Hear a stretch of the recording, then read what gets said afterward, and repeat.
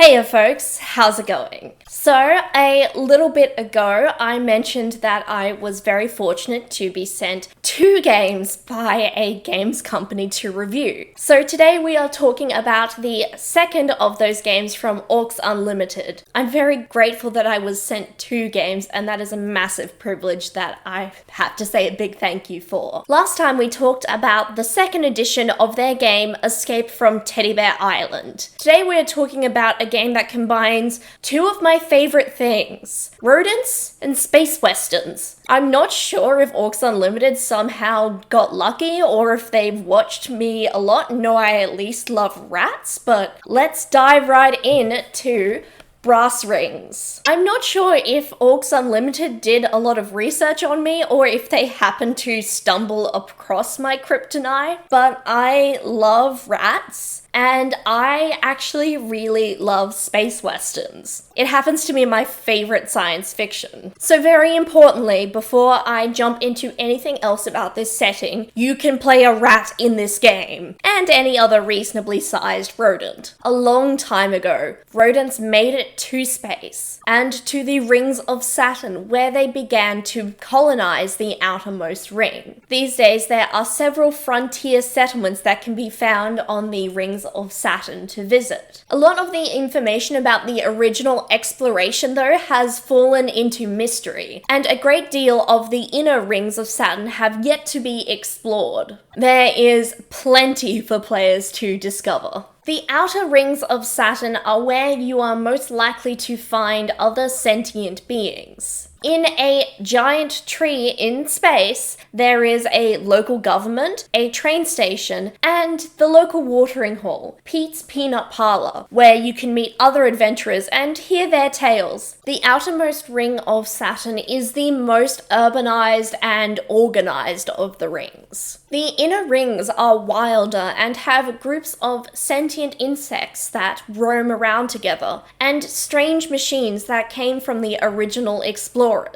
These machines, called traps, pose plenty of threats to the adventurer. The insects have a mixed reputation in-game. Some passages are written from different perspectives of different non-player characters in the game. Sometimes they disagree in opinion about different locations and different beings in this world. I happen to really like it when a game does this. It creates a bit of mystery or the opportunity to mold the world to how your players will experience it. It also admits that many of the record keepers in-game and in life in general can be unreliable and have their own perspectives. It really does give it a more grounded feeling, and it could allow your player groups to decide for themselves if any of these potential encounters are going to be hostile or friendly. The world is flavored to be a space western in some of the funnest ways. You can take little hot air balloon rides in space, and there's little train cars.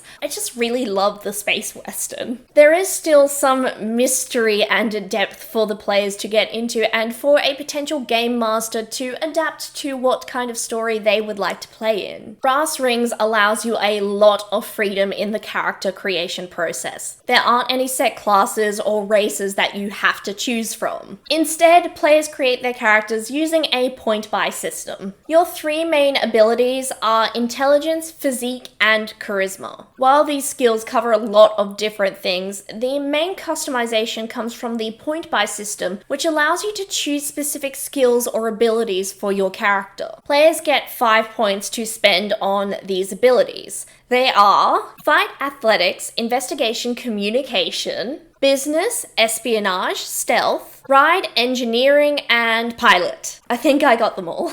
Then each player gets to choose an ability for their character to specialize in. This allows them to expend a spirit point in-game to add an extra die to roll in a dice pool. The number of points you have in each skill is the number of dice you can roll. As you've probably noticed, when you start out, you're not going to be able to be great at all of these skills, but you can probably be great at a few of them. These spirit points can be used once, and then they do take some time to be replenished. Players then get to spend the in-game currency of 20 washes on various equipment and items for their character. Players then get to roll on a table to find a situation that they might fall into while adventuring, and then a key phrase they should say to get some points to improve their character. While adventuring, players will use their basic skills and abilities and the ones they've chosen to specialize in to get through various challenges with a dice pool. There's also some really fun and special equipment available to the characters in the universe. There's an option for an in-universe set of shoes with wheels hidden in them so you can glide like a pair of Heelys. There's also some gloves that improve a character's grip strength. This game is incredibly cool to me. Perhaps that is because I seem to be the target audience,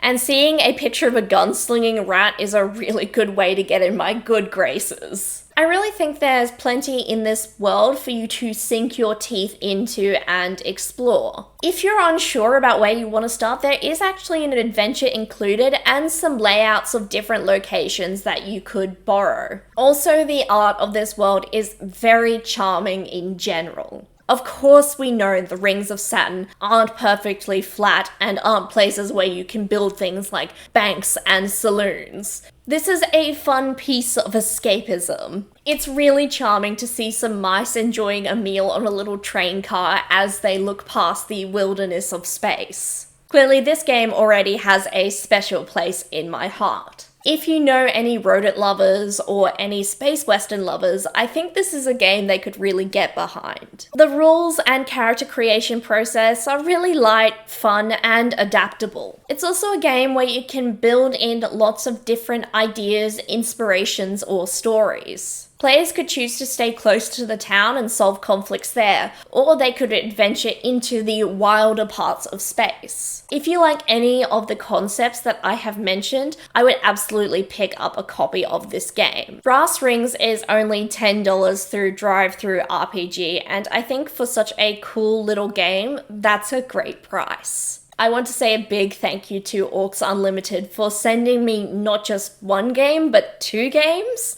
They were both a real pleasure to review. Today, I'd like to ask my viewers if there is a genre or a concept out there for a game that you know you would have in a heartbeat. Please tell me all about it in the comments down below. If you like, we can talk about what kind of space rodent you would build for this game, or anything else. While you're there, I encourage you to like, subscribe, maybe share with a friend. It just encourages me to keep going. I hope you're all well, and I look forward to seeing you next time at the gaming table. Bye!